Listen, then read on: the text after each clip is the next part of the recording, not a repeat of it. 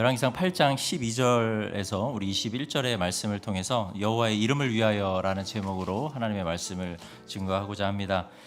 여러분들 사랑하는 성도님들 그 카페에 많이 가시죠? 네, 어디 카페에 제일 많이 가시나요? 스타벅스요. 네, 자본주의에 물들은 저희는 별다방을 굉장히 좋아하는 것 같습니다. 저희가 카페를 가게 되면 이제 음료수를 하나씩 사 먹게 되죠. 음료수 사 먹으면은 우리 스타벅스 자주 가시니까 뭘 주죠? 빨대요? 예, 음료를 사면 뭘 주죠? 별 적립되지 않나요? 네. 별 적립되시 몇 장을 모아야지 무료 쿠폰이 나오죠?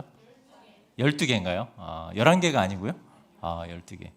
요즘 많이 안 가봐가지고 별다방을 이제 가시게 되면은 뭐 스타벅스뿐만 아니라 이제 다른 이제 카페를 가시게 되시면은 우리가 적립이라는 걸 하게 되죠. 어떤 때는 도장을 찍어주기도 하고, 어떤 때는 쿠폰을 주기도 하고, 뭐 그렇게 뭐 하트도 주는 데도 있고, 뭐 하여튼 그런 것 같습니다. 카페마다 하여튼 적립이라는 걸 굉장히 중요하게 여기는 것 같습니다. 저도 이제 한때 자주 갈 때는 이제 뭐 제가 캠핑을 한 번도 간 적도 없는데.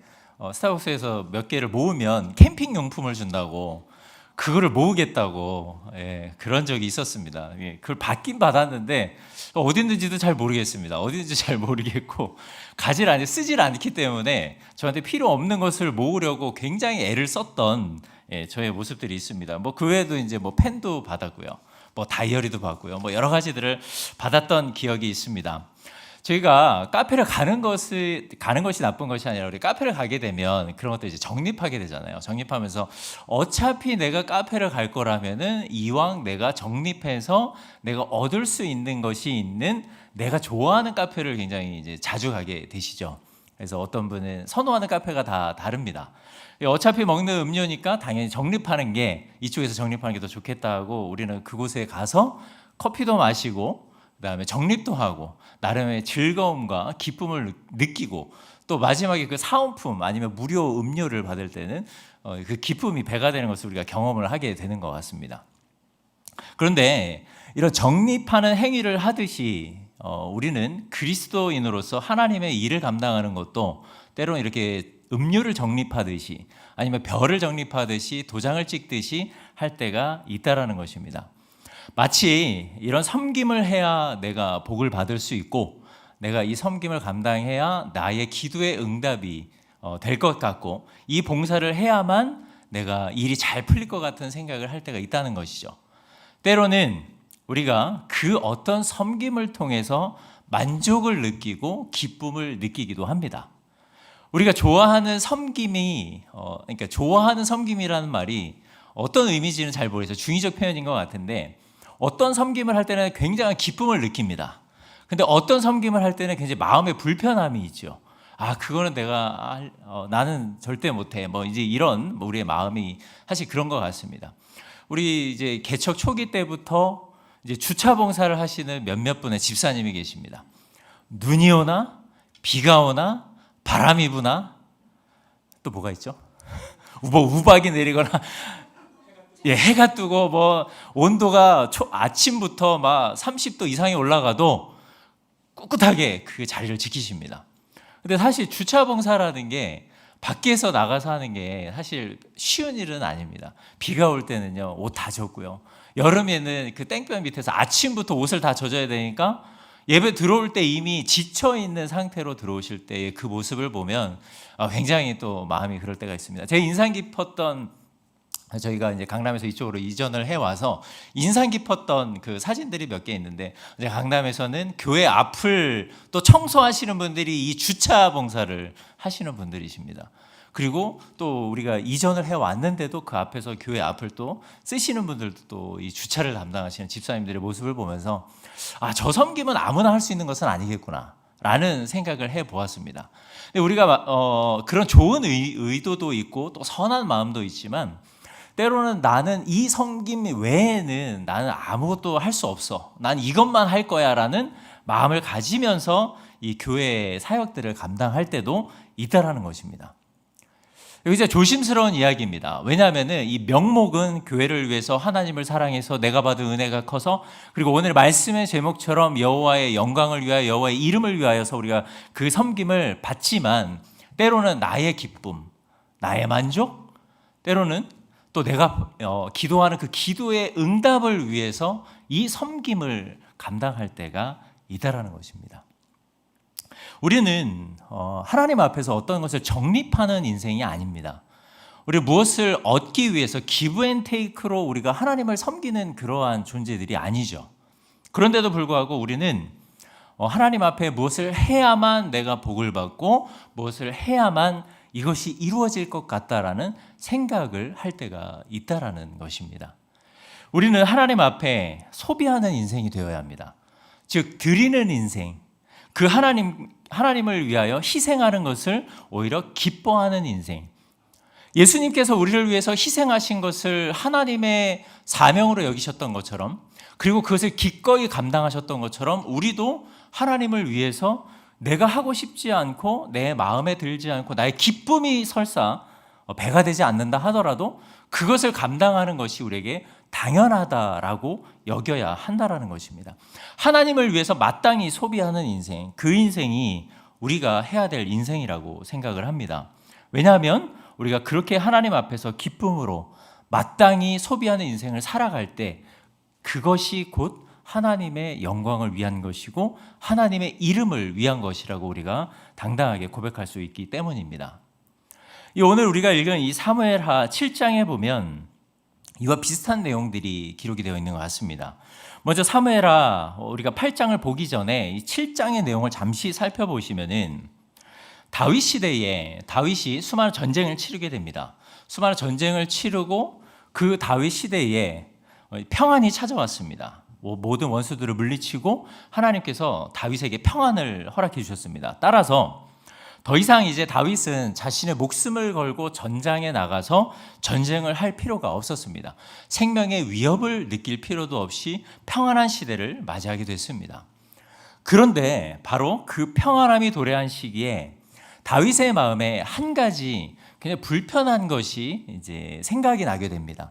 그 마음에 한 가지 불편함이 생기게 되는데, 그것은 지금까지 자신을 인도해 오신 하나님, 그리고 사울에 쫓기고 수없이 많은 전쟁에서 승리를 거두며 지금 이 평안함을 누리고 있는 것이 하나님의 인도하심이요 하나님의 은혜인 것을 너무나도 잘 알고 있었는데, 그래서 본인은 백향목으로 지은 굉장히 좋은 이 성전에서 거하고 있는데, 정작 하나님의 법궤, 이 하나님의 법궤는 아직 장막에 있다라는 것입니다. 천막 안에 있다라는 것이 이 다윗에게는 굉장한 불편함으로 다가오게 된 것 같습니다. 이 사실이 다윗에게는 굉장한 마음의 짐이자 부담이 되어서 하나님을 위한, 하나님을 모시는 그런 성전을 건축할 것을 이제 마음에 품게 됩니다. 그래서 다윗은 자신의 마음에 품은 뜻을 처음으로 이 나단 선지자에게 이야기합니다.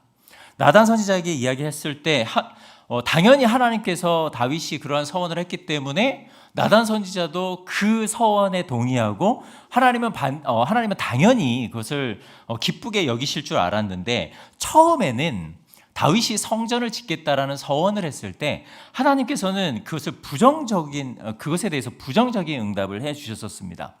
왜냐하면 당시에는 다윗 성전을 건축하는 데 있어서 하나님이 그 부정적인 말씀을 하신 이유는 하나님께서는 기본적으로 성전에만 갇혀져 있는 그런 분이 아니셨기 때문에 처음에는 그것을 부정적으로 말씀을 하셨었습니다. 물론 나중에 역대상 가게 되면 다윗이 왜 성전을 짓지 못하게 되었는지, 그가 피를 많이 흘렸기 때문에라는 이야기를 하지만, 처음에는 하나님께서 하나님 당신이 영이시기 때문에 어떤 성전에 갇혀 있는 것을 하나님께서 부정적으로 여기셨습니다. 하물며 그런 하나님께서 사람의 손으로 지은 성전에 갇히는 것, 그곳에 거하시는 것, 이것이 하나님의 입장에서는 그것이 불가능했었습니다. 그런데도 불구하고 하나님을 위하여 집을 짓겠다고 서원한 이 다윗에게 하나님은 나를 위해서 집을 지어라라는 이 말씀을 하시는 것보다 오히려 하나님 당신께서 친히 다윗에게 집을 세워 주시겠다라는 약속을 하십니다. 이것이 바로 다윗의 언약이었죠. 그 다윗의 언약에 기본 핵심적인 이 세 가지가 있습니다. 첫 번째는요, 이 사무엘하 7장에 기록된 대로 하나님께서 다윗에게 하신 이 언약은, 첫 번째는 여호와 하나님께서 항상 다윗과 함께 하신다라는 것이었습니다. 두 번째는 다윗의 아들로 하여금 성전을 짓게 하시겠다라는 것이었습니다. 그리고 세 번째는 다윗의 집안과 그 나라가 영원히 견고할 것이라는 약속을 해 주셨습니다.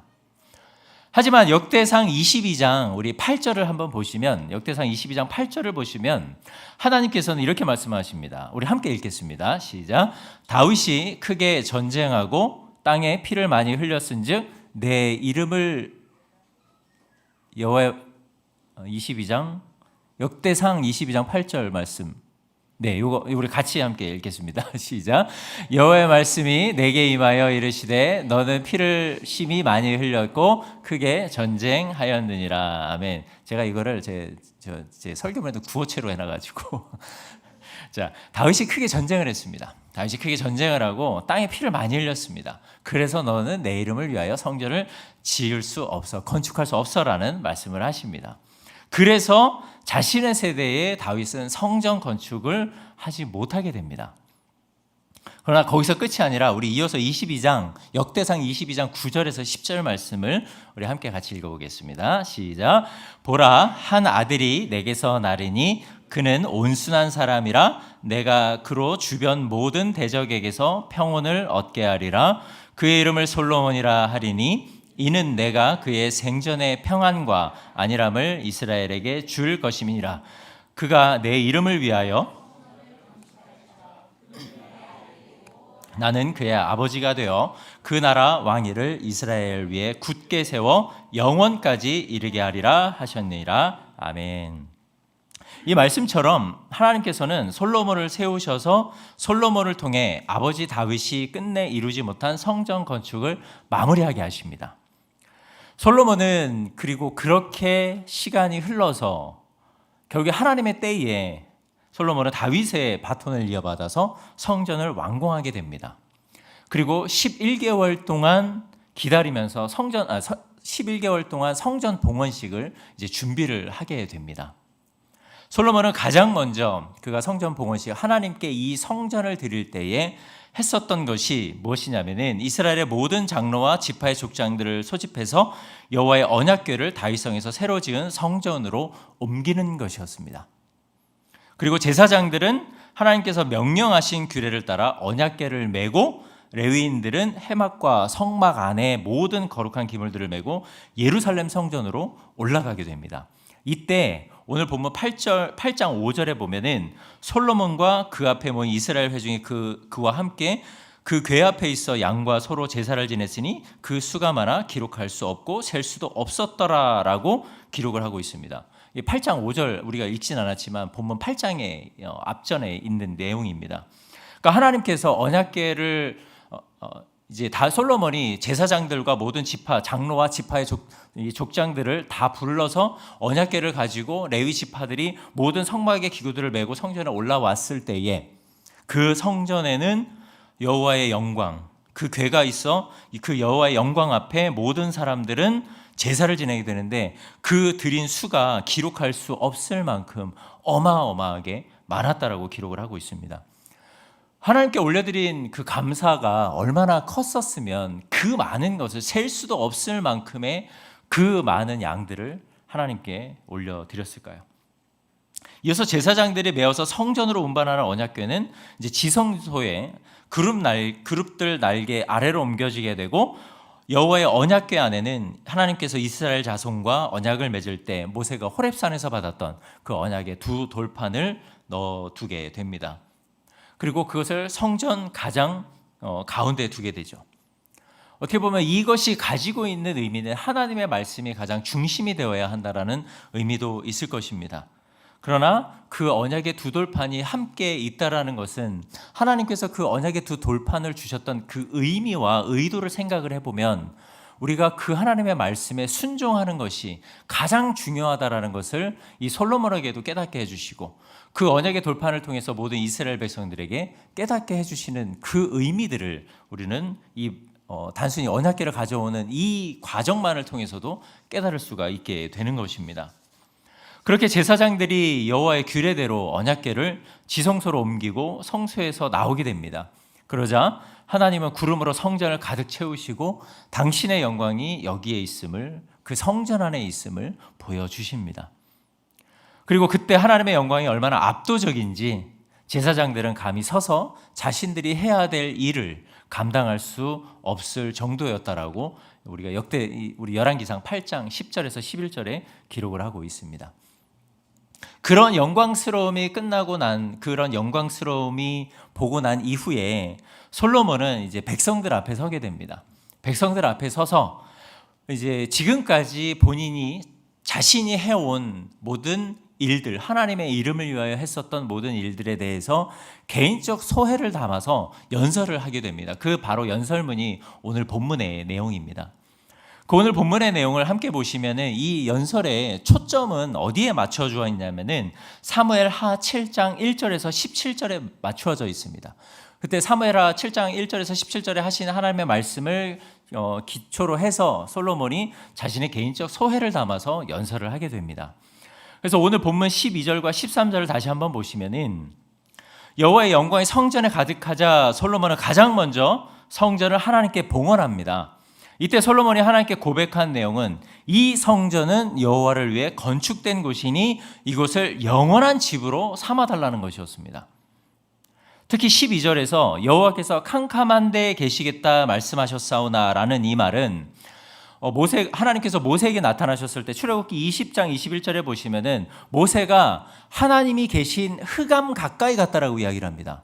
그러니까 하나님은 어두운 데 계시고 우리의 육신의 눈으로 감히 볼 수 없는 존재이신데 그 흑암 가까이 갔었던 모세를 기초로 해서 그 모세처럼 솔로몬도 지금 이 여호와의 영광, 이 여호와께서 캄캄한 데 계시겠다고 말씀하셨사오나 이제는 내가 당신을 위하여 여호와를 위하여 새로 지은 이 성전에 내가 보이는 곳에 있어 달라라는 그런 간구를 하고 있는 것입니다. 그러니까 하나님께서 캄캄한데 모세 때 그렇게 흑암 가운데 계셨던 것처럼 계시지 마시고 캄캄한데 더 이상 계시지 마시고 이제 우리에게 나타내 보여 주옵소서라는 고백을 담아서 하나님께 이야기하고 있는 것입니다. 인간은 하나님의 영광을 바라볼 수 없죠. 그분의 영광 앞에 섰을 때에 우리는 죄인이기 때문에 당연히 죽을 수밖에 없는 존재입니다. 하나님의 영광스러움과 거룩하심 앞에서 우리는 죽임을 당할 수밖에 없는 존재이지만 솔로몬은 지금 그 여호와가 우리가 여호와를 위하여 지은 이 성전에 부디 임재해달라는 간구를 하고 있는 것입니다. 굳이 캄캄한 데 계시지 마시고 이제 화려하게 지은 이런 성전에 주께서 거하시기를 원합니다라는 고백으로 하나님께 고백을 하고 있습니다. 이어서 14절에서 15절에 보시면 솔로몬이 하나님께 성전을 봉헌하고 성전 앞에서 백성들을 축복합니다. 그리고 하나님을 찬양하게 됩니다. 이스라엘의 하나님 여호와를 송축할지로다라고 선포하면서 여호와께서 그의 입으로 내 아버지 다윗에게 말씀하신 것을 이제 그의 손으로 이루셨도다라고 고백을 합니다.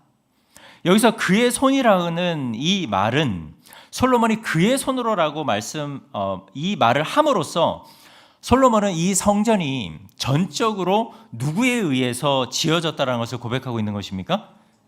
그렇죠. 여호와 하나님, 하나님의 섭리와 하나님의 도우심, 당신의 손으로 이 성전이 건축된 것입니다. 완공된 것입니다라고 강조하고 있습니다. 솔로몬은 이렇게 성전 봉헌을 하고 백성을 축복하고 하나님의 섭리와 하나님의 인도하심을 인정하며 하나님께 감사의 고백을 올려드리고 모든 영광을 하나님께 올려드렸습니다. 이어서 16절에서 19절입니다. 보시면 하나님께서 다윗에게 하신 내용을 솔로몬이 다시 한번 언급을 합니다. 이미 하나님께서 다윗에게 하셨던 내용인데 솔로몬이 다시 언급하는데 그 내용은 하나님께서 이스라엘 백성들을 애굽에서 이끌어내신 구원의 역사는 이미 하나님의 섭리 가운데 이루어진 것이고, 내 백성 이스라엘을 통치하기 위해 다윗을 선택하셨다라고 말하고 있습니다. 그러니까 하나님께서 다윗을 세우신 것이 내 백성을 통치하기 위해서, 내 백성을 위하여 너를 세운 것이야라는 것을 다윗에게 말씀하셨다라는 것을 솔로몬이 지금 다시 한번 고백하고 있는 거죠. 그런데 그 이유가 이스라엘의 하나님의 집을 짓기 위해서라는 사실입니다. 그리고 이 계획은 하나님께서 애굽에서 이스라엘 백성들을 출애굽시킬 때부터 이미 실행되었다라고 이야기합니다. 또한 성전과 성전이 지어진 이 예루살렘이 굉장히 특별한 곳이라는 것을 강조합니다. 그래서 16절에 보시면은 이스라엘 모든 지파 가운데서 아무 성읍도 택하지 아니하고라고 기록하고 있는 것입니다. 다윗을 택한 것, 그리고 솔로몬을 택한 것, 그리고 예루살렘을 택한 것, 모든 것이 다 하나님의 섭리 가운데 있었고 특별한 하나님의 인도하심, 그 섭리 때문에 이것이 지금 이루어지고 있다는 것입니다. 이렇게 하나님께서는 당신의 집을 세우기 위해서 다윗을 세우셨고 예루살렘을 특별하게 하셨습니다. 하지만 17절에서 19절에 보시면 솔로몬이 다시 반복해서 이야기합니다. 왜 내 아버지 다윗이 성전을 완공하지 못했는지. 먼저 솔로몬은 17절에서 내 아버지 다윗이라는 표현을 써서 내가 아들로서 우리 아버지 다윗을 내가 굉장히 잘 아는데, 이 다윗이, 나의 아버지 다윗이 하나님을 위하여 하나님의 성전을 건축하기 위해서 그 성전을 건축하는 마음이 얼마나 진심이었고 그 마음이 얼마나 컸는지를 본인이 굉장히 잘 알고 있다라는 마음으로 이야기를 합니다. 왜냐하면 그 이유가 있습니다. 특히 여기에서 마음이라고 쓰여진 이 히브리어 단어가 있습니다. 17절에 보시면 여호와의 이름을 위하여 성전을 건축할 마음이 있었더니라고 기록하고 있죠. 여기에서 마음이라고 기록된 이 히브리어 단어가 레바브입니다. 자, 이 레바브라는 이 뜻이 무엇이냐면은 쉽게 말씀을 드리면 이런 거죠. 나의 생각, 나의 마음, 나의 육신의 의지, 열정, 모든 것이 총체적으로 다 이거 하나에 초점이 맞춰져 있다라는 것입니다. 그러니까 우리가 우리의 마음을 하나님께 드린다는 표현을 하잖아요. 그러니까 우리가 하나님께 마음을 드린다는 표현도 똑같은 겁니다. 우리가 지금 이 시간에 하나님께 우리의 마음을 들여서 예배한다라는 것도 이 레바브인데, 이 레바브라는 것이 곧 어떤 의미냐? 나의 마음, 나의 생각, 나의 모든 것, 나의 육신의 모든 열정, 나의 정욕, 이런 것들까지도 모든 것을 다 하나님께 드리겠다라는 표현입니다. 근데 지금 솔로몬이 내 아버지 다윗이 성전을 건축하기 위해서 가졌던 그 마음이 어떠했는지 나는 너무나도 잘 알고 있다라고 하나님께 고백하고 있는 것이죠. 여기서 우리가 한 가지를 좀 생각해 볼 수 있을 것 같습니다. 다윗이 진짜 하나님을 위해서 이 성전을 건축하고자 했었던 마음이 얼마나 강력했는지, 진짜 다윗은 이 성전을, 하나님을 위해서 이 성전을 짓고 싶은 마음이 너무나도 강력했던 것 같습니다. 그리고 그 마음을 안 솔로몬, 그 마음을 알고 있는 솔로몬은 또 얼마나 이 성전을 짓는데 최선의 노력을 다했겠습니까? 그래서 이런 생각이 듭니다. 우리가 하나님께 무엇을 드리는 이 마음은 다른 불순물들이 이제 껴서는 안 된다는 거죠. 우리가 하나님께 하나님을 기쁨으로 우리의 마음을 다해서 섬깁니다. 우리의 마음을 다해서 물질을 하나님께 드립니다. 헌금도 하고 11조도 드리고 모든 것을 하나님께 드립니다. 근데 다 의미가 있죠. 봉사를 하든 섬김을 하든 헌금을 하든 11조를 하든 모든 것에는 다 의미가 있습니다. 그 의미에 무엇이 담겨야 되나? 이 마음이 담겨야 된다는 거죠. 그러니까 하나님은 중심을 보신다라는 것이 내가 어떻게 서 있나 이게 아니라 내 마음의 중심, 내가 가지고 있는 이 열망이, 이 내 마음의 방향이 진짜 하나님을 향했는지를 하나님은 가장 기쁘게 여기신다라는 것입니다. 다윗은 그렇게 성전을 하나님께 드리기를 원했던 거죠. 솔로몬도 그것을 알고 있다라고 이야기를 합니다. 그리고 이어지는 18절에서 19절에서 보시면 자신의 아버지 다윗은 전인격적인 열정과 의지를 가지고 성전을 건축할 마음이 있었다라고 이야기합니다. 그런데 다윗이 아니라 다윗의 몸에서 난 아들 나를 위해 나 때에 나를 통해서 성전이 건축하게 될 것이라는 말씀을 솔로몬이 강조하고 있습니다. 그러니까 다시 한번 다윗에게 하셨던 이 말을 솔로몬이 다시 또 반복하는 이유는 무엇일까요?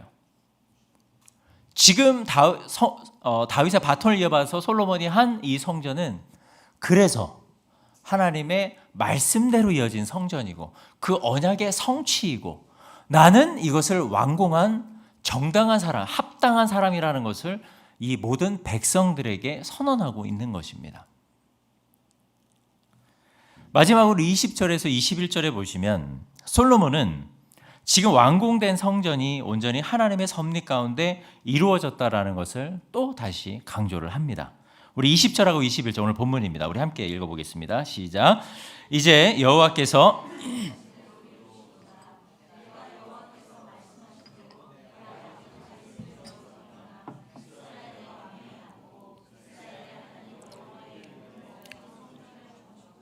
내가 또 그곳에 우리 조상들을 애굽 땅에서 인도하여 내실 때에 그들과 세우신 바 여호와의 언약을 넣은 궤를 위하여 한 초소를 설치하였노라. 아멘.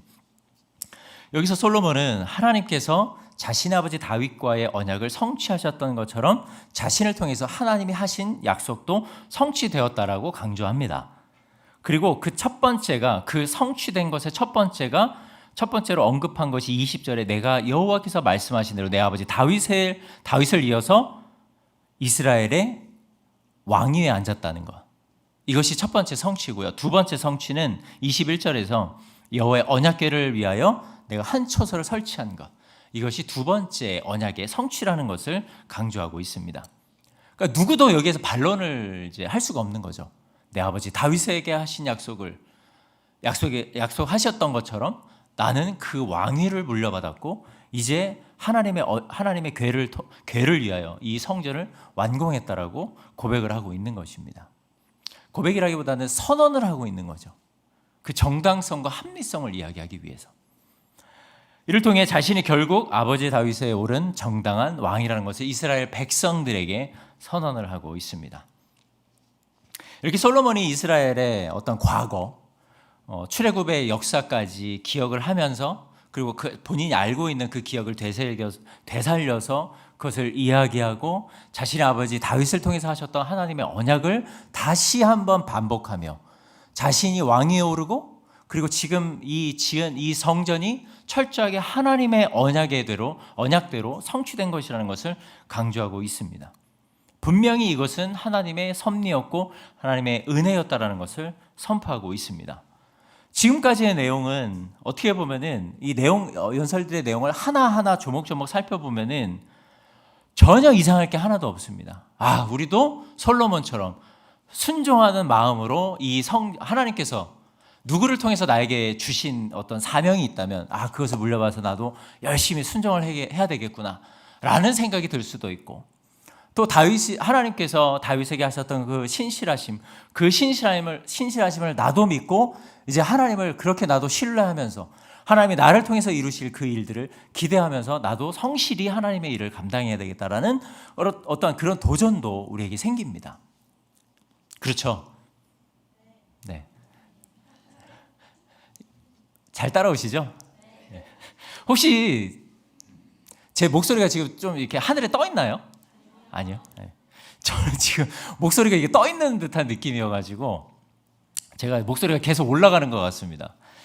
자, 지금까지의 내용을 보면 우리의 마음에 솔로몬을 통해서 다윗을 통해서 하나님의 신실하심을 통해서 아니면 하나님의 섭리, 하나님의 인도하심, 하나님의 은혜 여러 가지들을 통해서 우리는 각자에게 우리에게 주시는 그 마음의 도전들이 있을 거라고 생각을 합니다. 그런데 제가 하고 싶은 이야기는 이제 이 부분입니다. 이 말씀을 보면서 약간 오묘한 부분입니다. 먼저 솔로몬은 분명히 이 성전 건축이 하나님의 섭리와 언약대로 말씀대로 지었다는 것을 너무나도 강력하게 강조해서 이야기를 했습니다. 그 증거가 뭐냐면은 오늘 말씀의 제목처럼 여호와의 이름을 위하여입니다. 이 여호와의 이름을 위하여라는 이 말을 솔로몬이 계속해서 반복적으로 합니다. 이와 비슷하게 여호와의 이름을 위하여라는 이 말과 비슷하게 16절에서는 내 이름을 둘 만한 곳이라고 언급을 하죠. 그리고 17절에서는 여호와의 이름을 위하여라고 이야기합니다. 18절에 또 기록되어 있죠. 뭐라고 말씀하죠? 18절에 내 이름을 위하여. 그리고 20절에 보시면 또다시 여호와의 이름을 위하여, 여호와께서 말씀하신 대로라고 기록이 되어 있습니다. 그러니까 여호와의 이름을 위하여, 하나님께서 내 이름을 위하여라고 말씀하셨던 그 이름을 위하여. 성전은 분명 하나님의 손으로 완공되었지만 여호와를 위한 것이라는 것을 강조하고 있습니다. 솔로몬이. 하지만 20절과 21절에 보시면 이제 솔로몬이 자신의 어떤 그 인도하신 그 주체, 지금까지 이루신 분은 하나님이었고 그 하나님을 통해서 하나님께서 말씀하신 그 언약이 내 아버지 다윗을 통해서 이루어졌다는 것을 말을 했는데, 이제 솔로몬은 20절과 21절에 보시면 내 아버지 아니면 내 이름을 위하여 하나님이라는 이름보다는 이제 1인칭 시점으로 바뀌게 됩니다. 나 솔로몬으로 이제 바뀌게 되죠. 그러니까 1인칭 시점으로 바뀌게 되는데, 이것이 이상하다라면 이상하고 이상하지 않다면 또 이상하지 않은 부분이기도 합니다. 그러나 우리가 알고 있는 것처럼 솔로몬이 지금 모든 이 영광을, 그러니까 이 모든 일이 이루어진 것을 하나님의 섭리라고 인정을 했습니다. 그리고 그 하나님께서 친히 약속하신 언약대로 그의 손으로 이루었다라고 이야기를 했습니다. 앞전에요. 그렇죠? 그의 손으로 이루었다고 이야기했는데 22절에서 21절에서 오묘하게 솔로몬이 1인칭 나로 이제 바뀌게 되는 것을 보게 된다는 겁니다. 제가 여기를 왜 말씀을 드리냐면은, 우리가 알다시피 솔로몬이 이제 몇 장에서 타락하게 되죠? 11장에서 타락하게 됩니다. 11장에 보면은 하나님이 너무나도 명확하게 말씀하십니다. 뭐라고 말씀하시죠? 뭐라고 말씀하시죠? 마음이 뭐라고요? 11장 펴보시면 돼요. 두 장만 넘기시면 됩니다. 네? 그렇죠. 마음이 어떻게 해요? 떠났다라고 해요. 마음이 떠났다라고 합니다. 제가 이제 몇 절이 기억이 안 나서 자꾸 절을 말씀 안 드려요. 아마 1절인가요? 1절인가요? 몇 절이죠? 9절이요? 예. 11장 9절. 예. 그러니까 11장 가면은 마음이 떠나버립니다. 하나님을 향한 그 다윗의 마음이 있잖아요. 그 레바브가 11장에 가서는 떠나버립니다. 누가에게로 떠나버리죠? 이방 여인들에게 떠나요. 솔로몬은 이제 그때부터 시작입니다. 그의 인생이, 그의 인간적인 인생이 이제 11장에 거기서부터 바뀌게 되는 거죠. 그의 레바브가, 솔로몬의 레바브가 지금 그렇다면은 11장, 우리가 읽은 이게 8장 20절에서 21절에서 과연 나 솔로몬이라고 말할 때 그의 마음에 이 레바브가 진짜 나의 아버지 다윗이 가졌던 마음일까? 아니면 조금 비껴난 레바브일까? 이게 굉장히 저에게는 의문으로 다가왔습니다. 솔로몬은 분명히 다 인정했습니다. 그런데 완성된 걸 본 거죠. 이 완성된 게 어마어마한 겁니다. 어마어마하니까 그의 마음이 어떻게 됐을까요? 추측입니다. 이거는 추측. 그러나 우리가 결과적으로 조금만 뒤로 가면 그의 마음이 어떻게 됐는지를 알 수 있기 때문에 그냥 추측만 하는 것입니다. 하지만 우리가 좀 생각해 볼 것은, 우리가 솔로몬이 지금 당장 그 영광을 바라봤을 때 그의 마음이 과연 어떠했었을까? 저는 우리에게도 이 마음이 굉장히 중요하다고 생각을 합니다. 또 한 가지는 우리가 하나님의 일을 감당했을 때에 그 결과물을 봤을 때 우리의 마음도 굉장히 중요하다고 생각을 합니다. 우리도 하나님의 백성으로서 다윗처럼 그리고 솔로몬처럼은 하지 못할지언정 우리는 하나님 나의 마음은 진심입니다. 나의 마음은 진심이고 하나님 나의 마음 아시죠라는 이 고백을 가지고 여호와의 이름을 위하여 여호와의 영광을 위하여 우리는 이 섬김을 감당을 합니다. 교회에서만 그런 일들을 감당합니까? 아니죠. 우리는 삶의 자리로 돌아가서 세상에서도 그러한 사명감을 가지고 살아가는 성도입니다. 하나님의 백성인 거죠. 그게 하나님의 백성 아니겠습니까? 하나님의 백성이 교회에서만 나의 마음을 드리고 세상에서는 나의 마음이 세상에만 향하는 것, 그게 아니지 않습니까? 우리의 마음은 늘 한결같아야죠. 여호와의 이름을 위하여 여호와의 영광을 위하여 마태복음 6장 43절의 말씀처럼 우리 먼저 늘 어떻게 해요? 네? 너희는 먼저 그의 나라와 의를 구하는 삶, 그의 영광을 구하는 삶, 하나님의 나라를 위한 삶. 그러니까 그런 삶을 우리는 살아야겠죠. 우리는 살아야 하는데, 그리고 우리는 그렇게 살아가기를 결단을 합니다. 처음에 너무 순수한 마음과 또 은혜로운 마음으로 우리가 모든 일들을 감당하게 되죠. 그런데 문제는 이겁니다. 안 되었을 때 아니에요. 안 되었을 때보다요 더 잘 됐을 때입니다. 이 일이 정말 잘 됐을 때, 이 일이 진짜 내가 계획한 대로, 내가 의도한 대로 너무나도 잘 됐을 때 그런 마음이 생길 수 있습니다. 안 되면요, 내가 부족했구나, 내가 더 겸손해, 내가 기도가 부족했구나, 나의 섬김이 부족했구나 라는 생각을 하게 되는데, 일이 잘 되면 우리의 마음에 참 희한합니다. 그 레바브가 변질이 됩니다. 그리고 서두에 말씀드린 것처럼 우리가 하나님께서 친히 하시고 베푸신 은혜로 감당했던 사역이 어느 순간에는 나의 보상으로 다가와야 되고, 때론 나의 기쁨으로 다가와야 되고, 나의 만족으로 다가와야 되는데, 그것이 안 되면 어떻게 됩니까? 과감하게 포기하죠. 저 올해까지만, 저 여기까지만, 이제 더 이상. 우리가 하나님의 일을 감당하는 것, 제가 말씀을 드리면 좀 조심스럽습니다. 우리 성도님께서 그냥 필터링을 하시고 제가 어떤 의도를 가지고 얘기하는 건 아닙니다. 저도 마찬가지죠. 저도 제가 계획한 의도대로 된 적이 없는 것 같습니다. 된 적이 없는 것 같은데, 만약에 됐다면 굉장히 기고만장해졌을 것 같습니다. 그냥 날고 뛸 것 같습니다. 그런데 제 의도와 뜻대로 안 되니까 겸손해지게 되죠. 더 하나님께 기도하게 되고. 근데 이게 잘 되면 이 마음이 변질이 되죠. 난 이 정도였지. 그러다가는 이제 그 계단에서 내려오기가 굉장히 어렵죠. 그 계단에서 내려가는 게 마치 내 인생이 다 부정되는 것처럼 여길 때도 있다는 것입니다.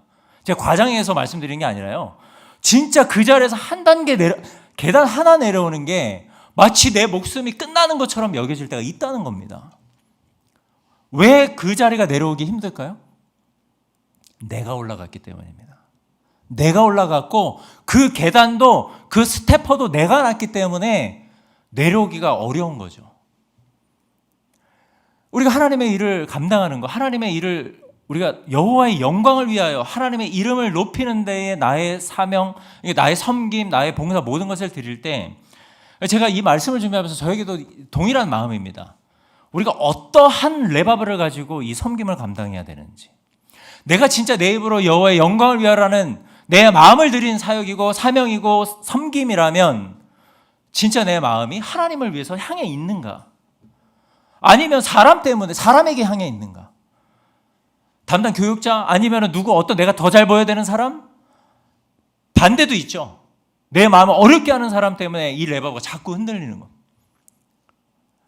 그 사람 때문에 내 열정이 사라지고 내 소명이 회색돼 버리는 거죠. 그래서 사랑하는 성도 여러분, 제가 조심스럽게 우리가 한 가지 깨달을 게 있습니다.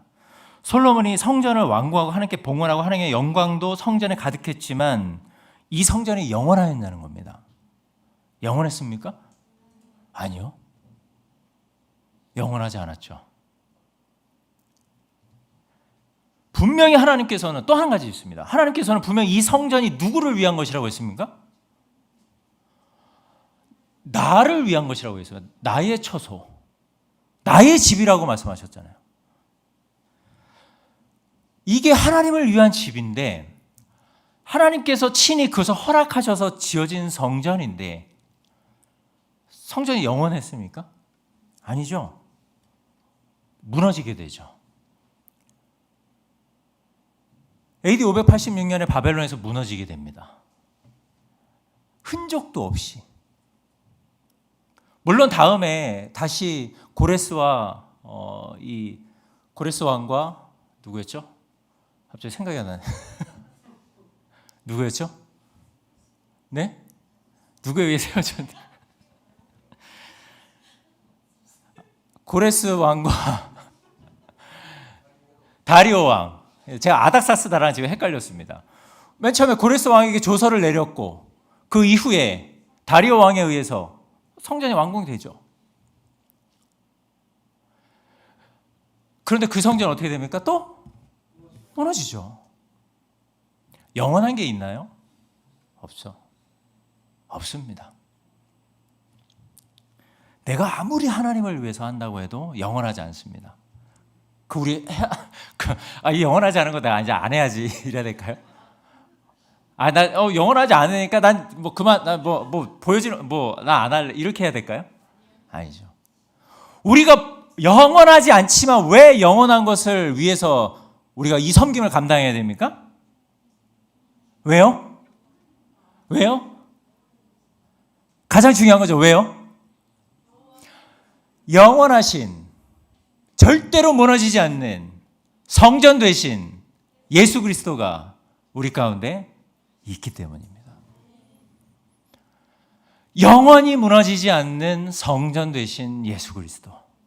그 예수 그리스도가 우리 안에 계시기 때문에 우리는 무너질 것 같지만 결국에는 아무것도 아닌 것 같아 보일지라도 우리는 묵묵히 그 일을 감당하는 것입니다.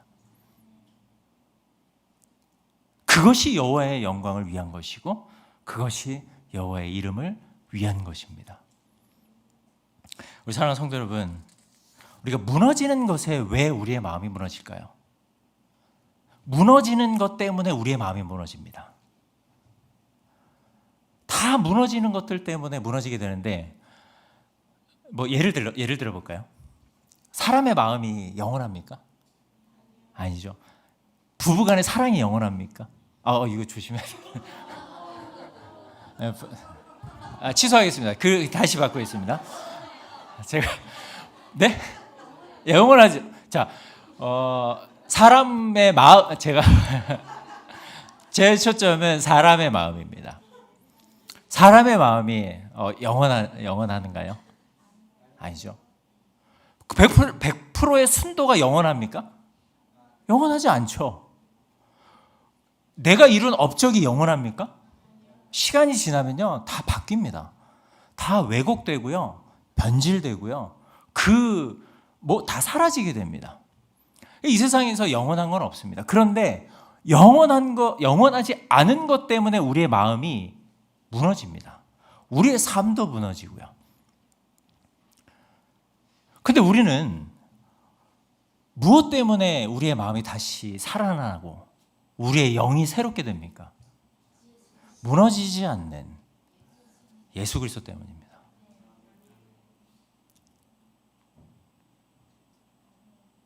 따라서 우리가 제가 사실은 결론을 지금 맺으면 안 되거든요. 근데 어쩌다가 결론까지 왔습니다. 이게 하나님의 은혜인 줄로 믿습니다. 제가 빨리 끝내라는 하나님의 뜻인 줄로 믿고, 결론을 맺겠습니다. 결론을 원래 이렇게 맺으려고 한 건 아닌데, 우리 안에 계신 우리 안에 거하시면서 함께 하시는 이 예수 그리스도, 그 임마누엘 되신 우리 하나님, 여호와 하나님, 그분이 우리와 함께 하시고 우리가 친히 그의 성전 되었다라는 거, 우리에게 너무 큰 은혜 아닌가요? 너무 큰 복이죠. 이거는 어떤 것과 비교할 수 없는 은혜입니다. 믿으시죠? 아멘, 아멘입니다, 진짜. 그러므로 내가 받고 싶은 복, 아까 제가 서두에 말씀드린 것처럼 어떤 내가 복을 받기 위해서, 나의 기도의 응답이 되기 위해서, 아니면 나의 만족, 나의 기쁨, 나의 성취, 어떤 나의 목적을 이루기 위해서 하는 그런 섬김은 영원하지 않을 수밖에 없습니다. 그래서 우리의 인생은 하나님 앞에서 적립하는 인생이 아니라 끊임없이 하나님 앞에 드려하는 인생이 되어야 합니다. 이유는요, 예수 그리스도, 그분이 우리 안에 거하시기 때문입니다. 그분이 친히 우리 가운데 오셔서 우리를 성전 삼아 주셨고, 사도 바울이 고백했었던 것처럼 고린도전서와 고린도후서를 통해서 계속해서 고백하는 거죠. 우리는 주의 전, 하나님의 전, 성령의 전, 살아계신 성령의 전, 그 전이라는 것을 그렇게 3번이나 반복해서 우리에게 말씀하고 있는 것을 우리는 기억해야 합니다. 우리가 성전되었다면 영원하지 않은 것을 위해서 우리가 마음을 쏟아야 되겠습니까? 아니죠. 이미 우리 안에는 영원하신 예수 그리스도가 함께 하십니다. 그래서 우리가 하는 것은 더 이상 내가 하는 것이 아니라, 내 힘으로 하는 것이 아니라 누가 하는 것이죠? 예수 그리스도가 하는 것입니다. 예수 그리스도가 전적으로 하시는 일이, 하시는 섬김, 하시는 봉사, 친히 주님께서 이끌어 가시는 그런 서빙이 되어야만 진짜 우리가 여호와의 영광을 위한 것이라고 말할 수 있고, 여호와의 이름을 위하여라고 말할 수 있는 것입니다. 사랑하는 성도 여러분, 우리가 이것을 꼭 기억했으면 좋겠습니다. 내가 하는 모든 섬김은 지금 주체가 누구십니까? 예수님입니다. 예수님이 하시는 것입니다. 예수님이 하시는 거기 때문에 예수님의 마음으로 해야 됩니다. 예수님의 마음으로 섬겨야 되고, 예수님의 마음으로 우리가 봉사해야 됩니다. 누구를 위해서요? 예수님을 위하여, 그분의 영광을 위하여, 그분의 이름을 위하여 감당하는 우리 온사랑의 모든 성도님들 되시기를 간절히 주님의 이름으로 축복합니다.